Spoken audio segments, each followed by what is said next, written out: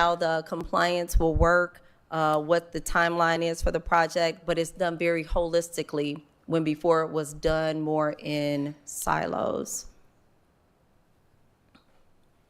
I think, though, and not to belabor the point, because the internal, I guess, maintaining compliance in community development as in the internal department is one thing, but, your compliance specialist also has to go into the Youth Services Bureau and making sure that they're compliant, and into your Human Relations Department and making sure that they're compliant.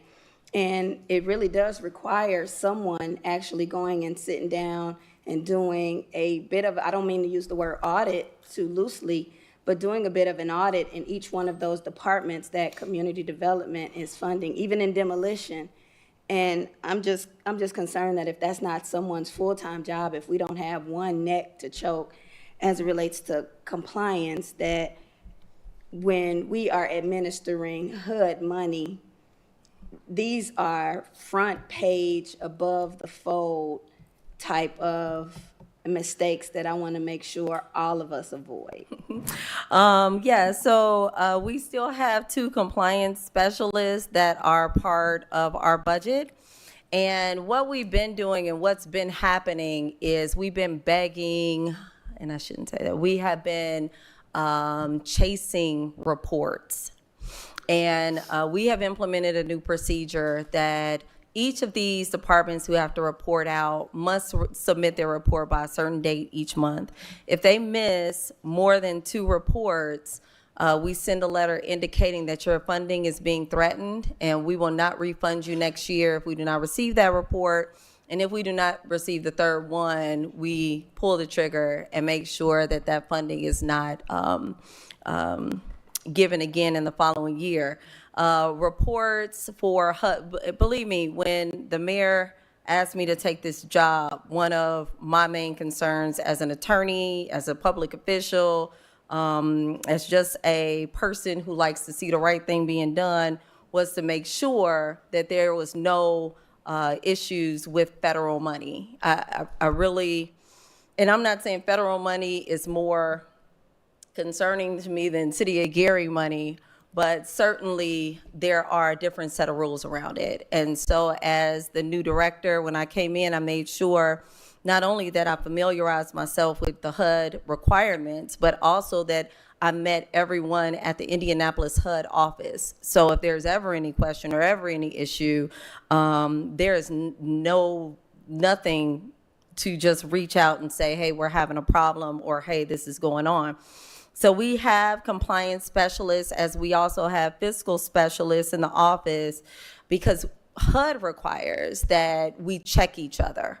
And so that those things are built in. And I am unconcerned about making sure that we are in compliance, because I know what we're doing in the office. Mm-hmm. Any additional question? Councilwoman Ivy. I just had a question looking at the deputy director's salary at the $29,000. Do you have, what are the duties of the deputy director? So if you look back at the other one, you'll see the rest of the deputy salary. Okay, so it's yes, on a different page. If So there that's are, not there, the final total. Exactly, Okay. exactly. That'd be, yeah. I have the totals. So it's proposed at 77,360. That if those are the 2 numbers together, that's Yeah. the number. Mm-hmm. Any other questions, comments? Okay, seeing none, we can move forward. Okay, thank you. Let's see, where are we going next? Affordable housing. That is, so this form that I handed out to everyone, this shows the 3 pots of money that we have in community development. We have community development block grants. That's what we just went through. We had the home investment partnerships. These are the dollars that we use to build new homes or build new units. When I got to community development, my first notice from HUD was that we are reclaiming $1.4 million for the project at 700 Broadway. That project was paid for with home dollars through community development. Our normal allocation is approximately $600,000 per year. However, they are reclaiming almost $500,000 of that $600,000 over a 3-year period to repay the 700 Broadway project. I can expand on that if somebody's not or needs answers on that one. But that left us with $62,000. So if you look at that affordable housing home, you'll see the contractual maintenance agreement for 400, oh my gosh, 406, oh, it's terrible. I need glasses. $482,793. And that's the amount that's going to come out this year, next year, and the following year. And then we'll be back to our normal allocation. So that's why there's nothing coming out of home. Any questions, comments? Thank you. Habitat for Humanity, they were set to receive $180,000 from the home fund. That amount has been reduced to the amount that we have, and I apologize that that's not reflected in the budget. That was removed from the budget, and I'm sorry that that sheet is still there. So, So Habitat for Humanity, we would normally give them $100,000 to $200,000 per year to continue to build out the Field of Dream homes, and that's the funding that those dollars would come from. But because of the reduction in amount, initially we were given the total, and then it was reduced by the $462,000 for 700 Broadway. okay. Can I ask a question? Yeah. Councilman Winston? Thank you, Madam President. So I'm very familiar with this reduction and having to pay back over like typically 5 years. Have we considered partnering with other HUD programs just to kind of offset this by chance, whether it be maybe we're tapping into a partner, Federal Home Loan Bank in Indianapolis, and applying through LIHTC or multi-use tax credits to offset this? Because I'm just looking, that's impactful. That's definitely impactful. So to be perfectly honest, and this is what I was kind of talking about before, we have old home dollars that need to be spent. So that $180,000, we're still going to end up allocating that to Habitat for Humanity, but it's going to have to come from a previous year. So we'll do our amendment to the action plan for either 22 or 23, hold the public hearing, and then we'll still allocate it. But that's part of one of the biggest problems that I found when I got there was that we have this old money that needs to be spent. So once we get to a point where we are zeroed out, HUD is happy. HUD likes when you spend their money. They want you to spend their money. And so once we get to that point where we have caught up on our spending, then we would certainly be open to any of those kind of programs or projects. Thank you. I appreciate that. Any other additional questions, comments? Okay.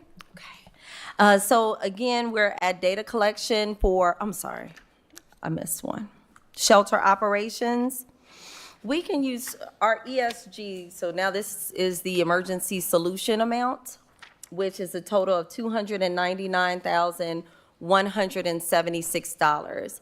We can use a percentage of those funds for shelter operations. We usually give to Lydia House, the Crisis Center, and Sojourner Truth. But our max that we can give is $178,000. That's the percentage limit. So we budget for that, and then as they put in their applications for funding through community development, then we can expend those money to those shelter operators. Even Brothers Keeper applies for that.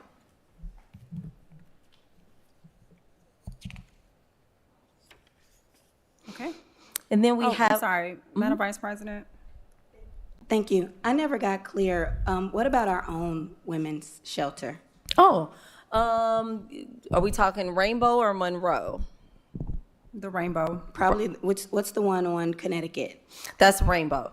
So that's an interesting story. So when I got to community development, we found out that Rainbow Shelter had been being renovated since approximately 2021, and with CDBG dollars, not ESG dollars, but CDBG dollars. But what we found when we went in was that there were a number of issues. The boilers were broken, air conditioning units had been stolen. There was some work that would have had to be redone within the women's shelter. And so we also learned, though, that we had funded through community development the Monroe Warming and Cooling Shelter. Now, that was also an interesting thing because HUD does not fund warming and cooling shelters. They fund homelessness shelters. And so as we looked into it more and more, we realized that the funding that we received for the Monroe Center also had to be used for a homelessness shelter. And so what we did was we called HUD, said, hey, this program, this project is not going well, but the Monroe Center is going well. And they said, well, the Monroe Center is supposed to be a homeless shelter.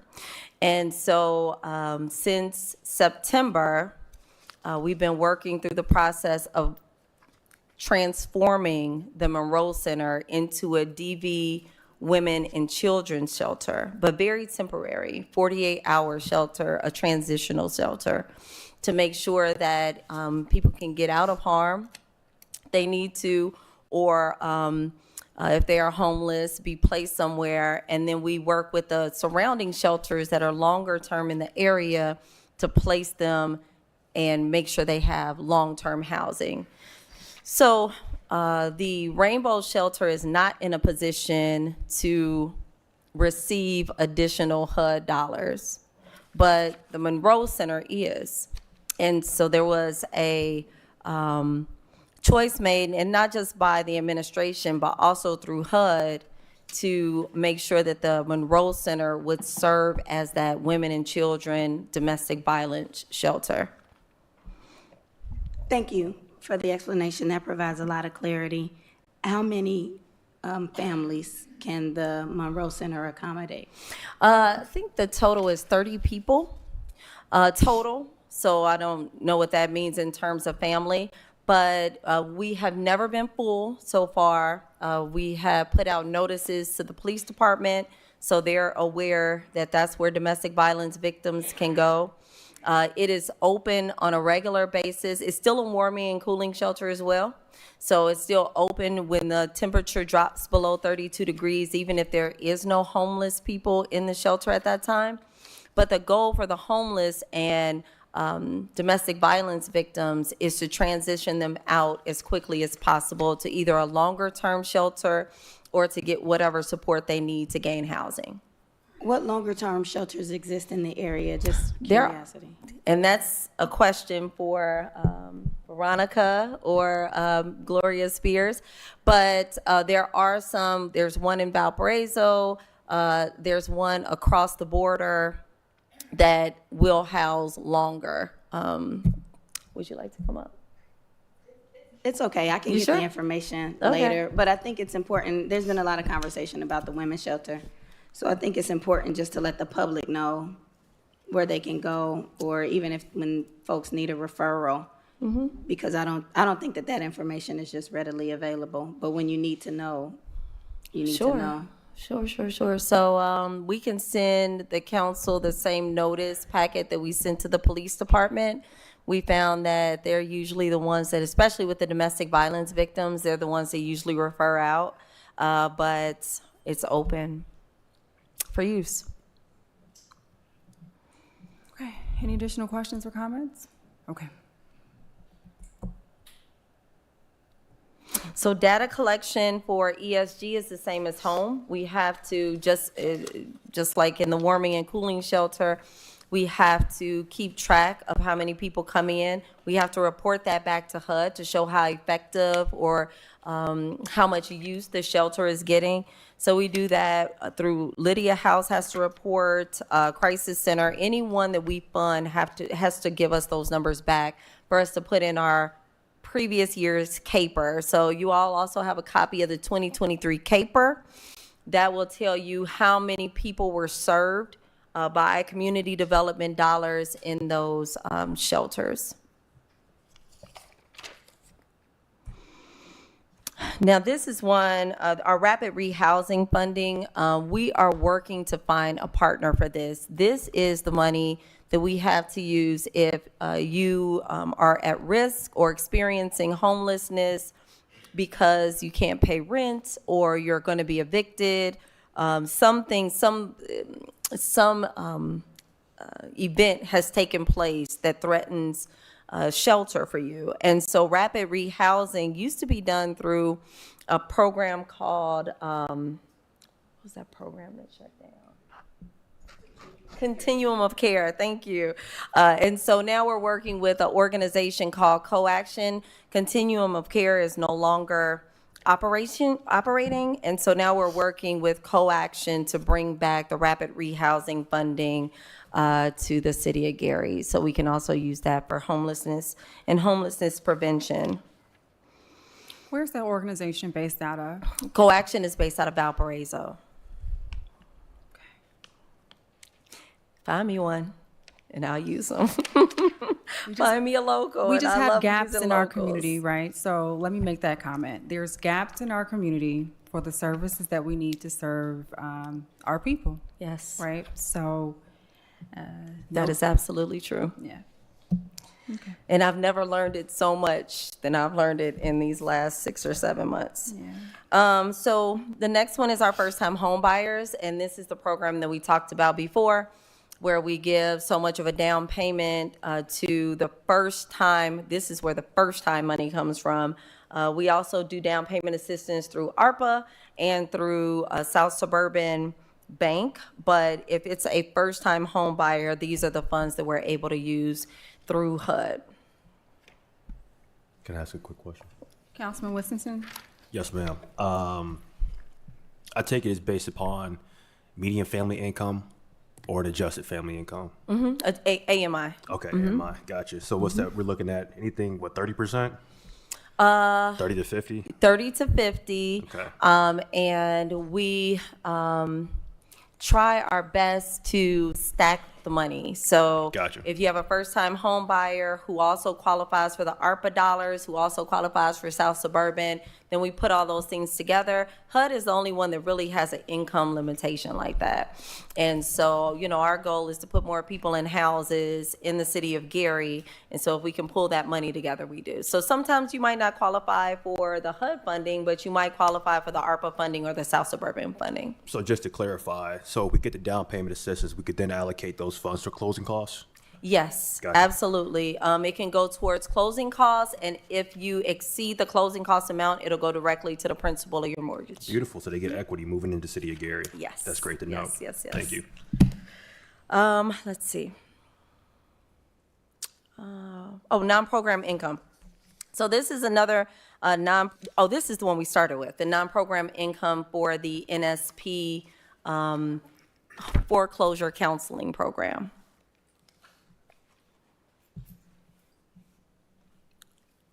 Would you like for me to go through it again? This is the one we started with.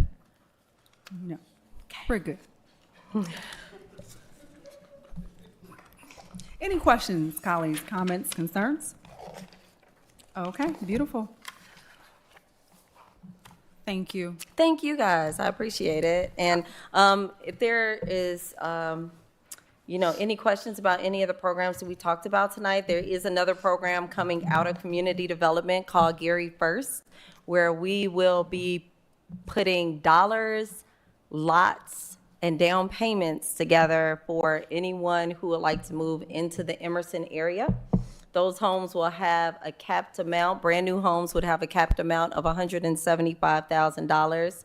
And we also stack the down payment assistance on top of that. So more to come, and we're very excited about it. I'm just going to do a quick recap, and then I'll just to make sure that we're aligned. These are some of the things that we need to make sure are updated for tomorrow, or actually before tomorrow. So we are going to pull the Habitat for Humanity budget out of here, since it won't be funded for 2024/2025. We need to just get confirmation in terms of what year, in terms of the ordinance that the salaries position, one specifically being the support for the YSB director, was paid out of 101,602.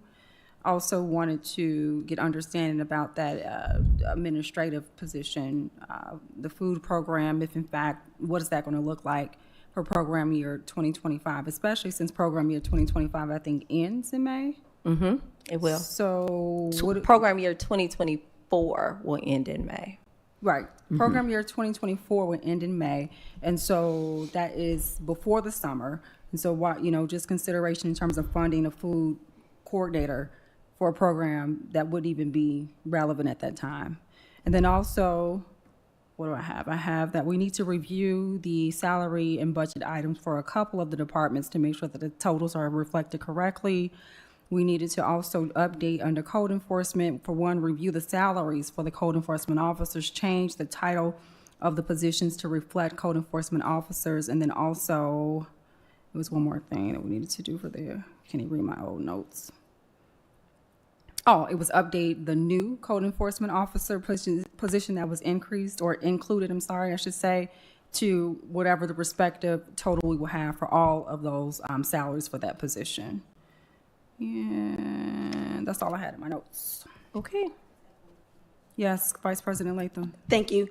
I'm going to stare directly at our Director of Communications and ask a lot of programs that people have gotten used to applying for and knowing that the city provided are going to be cut. Who's communicating that to the public? Because I don't want to have to.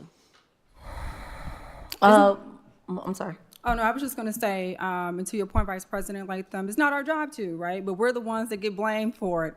And so when we did support the funding for the Chief Communication Officer position, it was, in fact, so that the communication of the city as a whole could be communicated to the constituent base and not just the Office of the Mayor. And so I will hope that that is an action that could be put in play as soon as possible. Okay. Thank you all. Thank you. Any other questions from my colleagues, comments, and concerns? Very good. We'll move on. We'll do the last particular ordinance in the Finance Committee meeting for tonight, which is 89. This is respective to all of our special revenue budgets.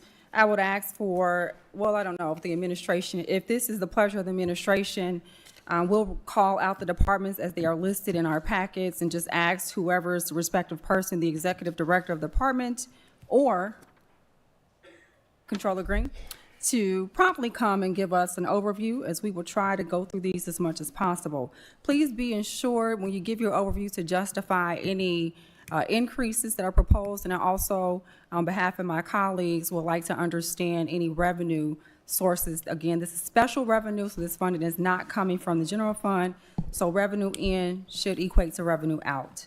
I'll read the ordinance. Approving ordinance and salaries, operating budget for the grants and special revenue funds for the calendar year of 2025. We'll do a brief overview, and then Controller Green, are you going to do media as well? No, media department is here. Very good. Okay, you want to start at the high level? Yes, so this budget is for the 2024 special revenues. This consists of grants, donations, and other revenues that are not part of our property tax basis. The budget includes, if there is a salary ordinance, a salary budget, operating budget, and revenues.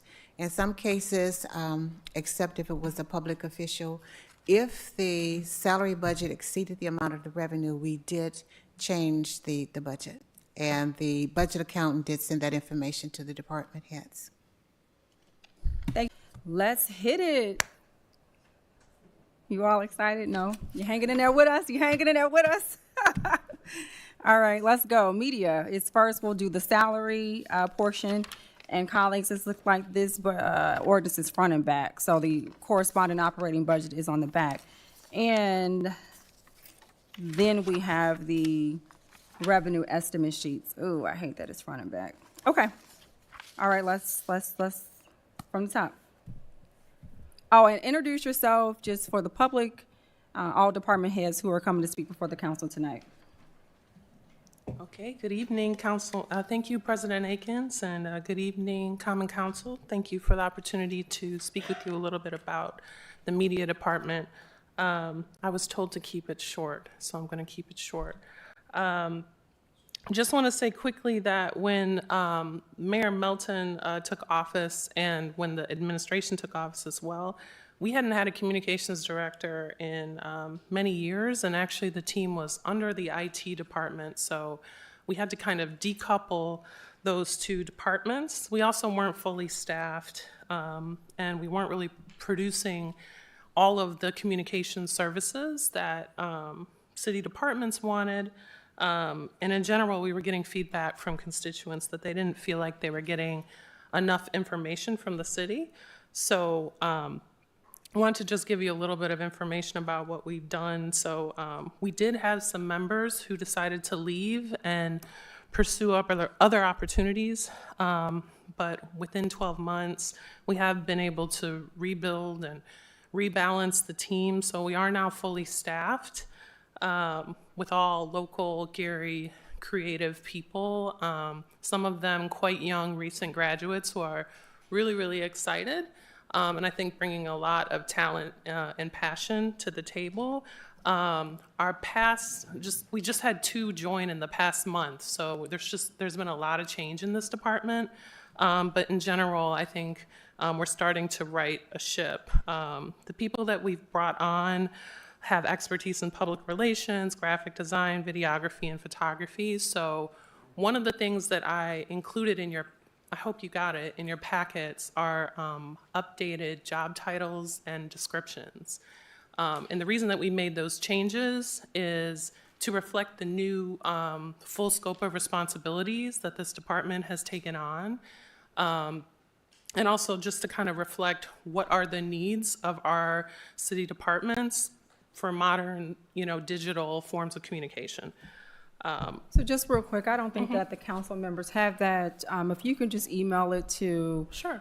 Ms. Smith, and then we'll ensure that we get it electronically. But thank Okay. you for that. Yeah, no problem. I can definitely resend that. So I'll go real fast because, so we've migrated, one of the first things we started doing, and it has taken quite a few months, is migrating the website. I'm not sure if everyone was aware, but this website was like around 20 small mini sites, and now we've migrated the entirety of it to one platform. That allows us to have better analytics.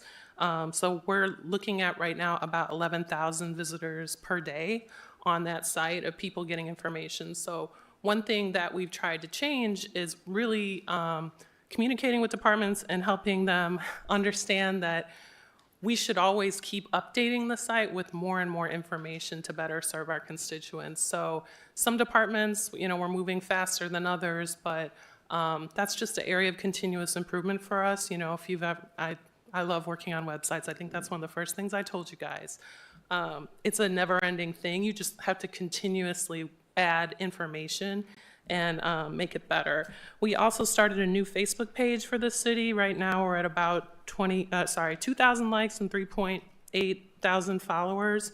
The reason we created a new page was because previously we've seen pages that were campaign specific and then were used as a city page. What we wanted to do this time was create a page for the city of Gary that can stay with the city of Gary, no matter what administration. So we really want to be stewards of the brand and create something that can be passed on and not be kind of taken away depending on the administration that's in office. So we are looking forward to continuing to grow this page.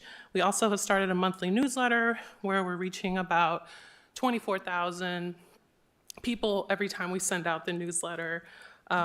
We've also invested in some media crisis training for key cabinet members, and We really want to expand this next year and train more cabinet members on what we learned, because we want to be as responsive as we can with our journalists and media partners. We've also, because we had a new videographer and photographer in the last month just come on board, we started creating videos that are more informative, more animated. Probably some people have seen things like the snow video that's been playing in front of our commissions and boards. So we're trying to create these videos that are kind of more infographic style and just helping people better consume the information that they need. So you'll see things now coming out about Gary First, which Ms. Hatcher just mentioned, as well as a video that we've been working on with 311. So I'm just going to jump into the budget, which hopefully you do have that in your packet. From a salary perspective, we did keep salaries constant. The reason for that is that it's a completely new team this year. So we really actually haven't had time to even evaluate the team. And as it relates to concerns on overtime, it is true that this team tends to work off hours, events, nights, and weekends. So we're just going to have to manage that very carefully next year to make sure that we're being flexible with our hours. But this is not a team that always keeps standard working hours for that reason. I'll just jump into, for the 2000 series, which is materials, we did raise it from 4K to 6K. That's to buy some new desks. We actually don't have enough desks in our new office, new computers, monitors. We don't have enough of those things for employees, SIM cards, et cetera. In our 3000 series, we raised our professional services budget from 10K to 15K approximately. What we want to fund here is more things like copywriting, videography, and graphic design, so that we can create more communications to kind of help the word get out to the public. So those would be for things like community development programs and changes, 311 and constituent services, illegal dumping task force, health department, parks and recreation, tourism, events, and public safety. So this would be all used for those types of services, for basically creative production services.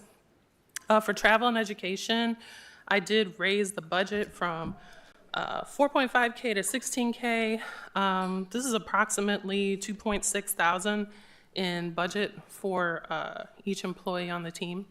And the reason for this is, again, as I said, we have an all-new team. They're bringing a lot to the table, but especially for our new grads, we want to invest in them, and we just think that it would really pay dividends for the city of Gary if they're able to, understand and learn more about best practices, both in their industry, but also from other cities. For advertising, believe it or not, previously our advertising budget was zero. I think this is kind of astounding, given the fact that it's a communications department. So we did put 20K in there, and that's about 2,000 approximately for, again, 311 constituent services, illegal dumping, parks and rec, public safety, community development, and then we also have 10,000 for general sponsorships.